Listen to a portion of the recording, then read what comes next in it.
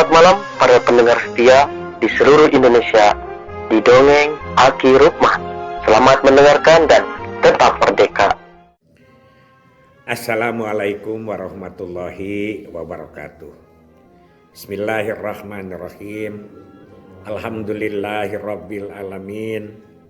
Wassalatu wassalamu ala asrofil anbiya'i wal mursalin Sayyidina Muhammadin wa ala alihi wa sahbihi ajma'in, amma ba'du. Bapak Ibu, adik, kakak, anak, cucu Aki dimanapun menyimak dongeng ini, besok adalah pelantikan para kepala daerah, kurang lebih 481 yang akan dilantik. Sebetulnya adalah 500 lebih, tapi beberapa kabupaten kota masih bersengketa di MK. Mudah-mudahan tidak ada masalah-masalah yang lebih pelik dan insya Allah tahap kedua segera dilantik.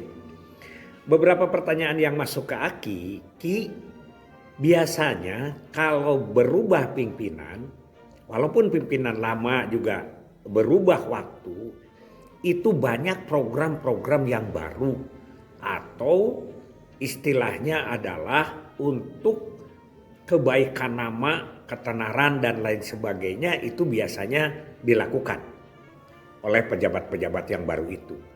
Nah, saya ingin tanya bagaimana menurut Aki tentang program-program yang biasanya itu dimunculkan oleh pemimpin-pemimpin yang baru. Begini, sebetulnya bagus, setiap pemimpin harus punya program, harus punya visi dan misi dan lain sebagainya, harus.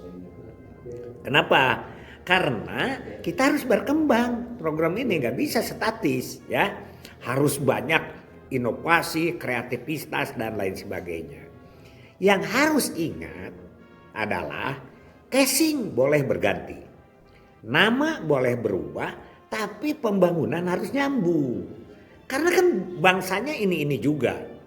Bangsanya ini juga. Yang dipimpinnya mungkin model Aki. Dari mulai pimpinan yang dari tahun 50-an sudah mengikuti. Terus saja orangnya ini juga yang diurusnya. Begitu. Penduduknya ini juga. Tanahnya juga tidak berubah. Ciptaan Allah. Lautnya begitu, daratnya begitu. Makanya itu hakikat-hakikat yang tidak boleh hilang. Nah, untuk kesinambungan ini kan banyak macamnya, ya, banyak macamnya yang telah kita lakukan.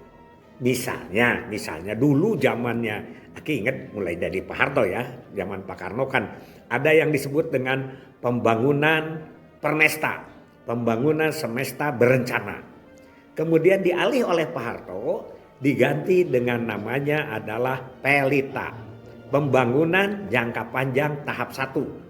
Dibagi dengan GBHN dan Pelita.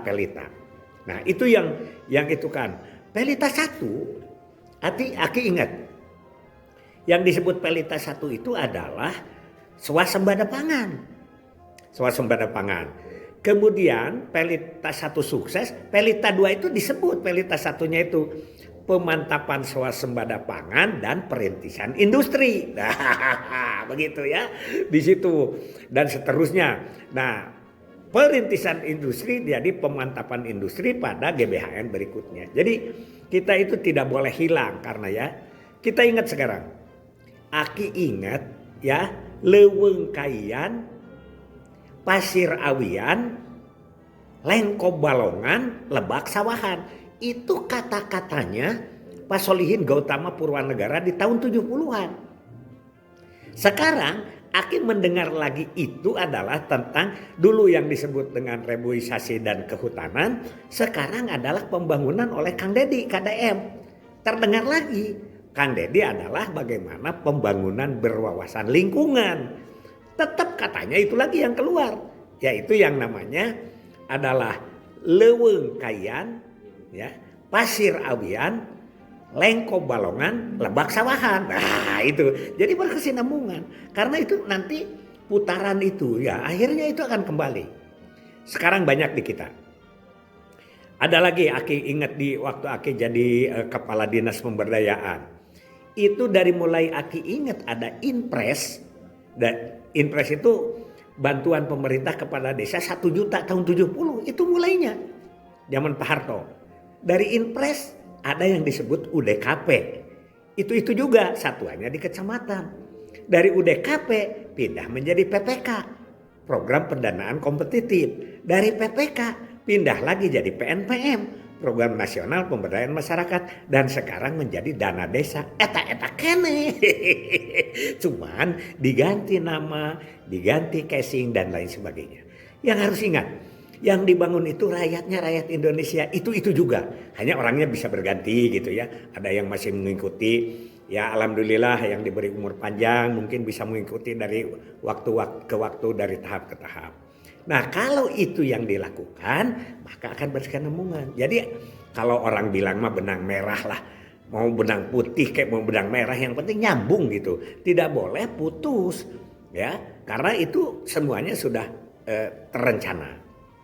Di kita banyak yang putus, misalnya Posyandu dari mulai Pokbang pindah ke Posyandu.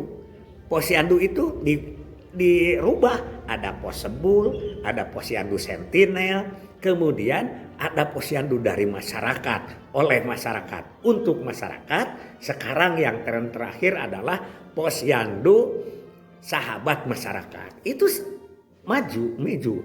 Tapi kadang-kadang ada yang hilang. Kenapa kalau dulu ada lingkaran yang disebut adalah siklus kader, sekarang malah banyak yang tidak memakai.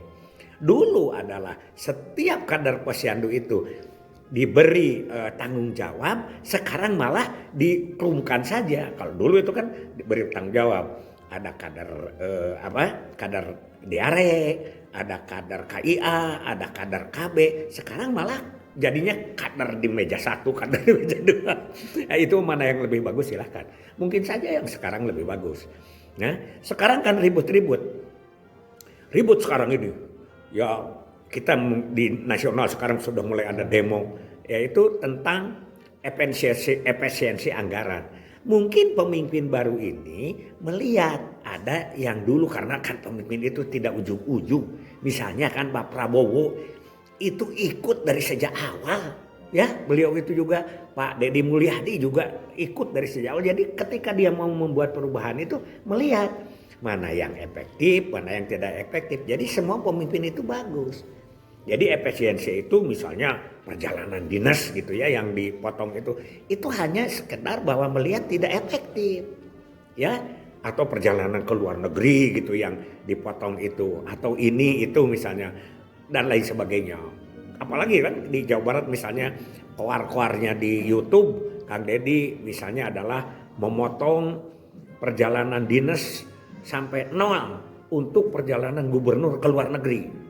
Perjalanan dinas di dalam provinsi dari 1,8 M menjadi 700 juta. Itu menurut pandangan pemimpin yang baru itu bagus. Kita ikuti aja dulu ya. Karena kita kadang-kadang tidak paham dengan perubahan itu. Ya, kita juga begitu. BKB misalnya.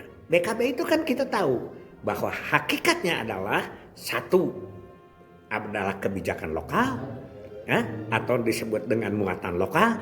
Yang kedua adalah KKA.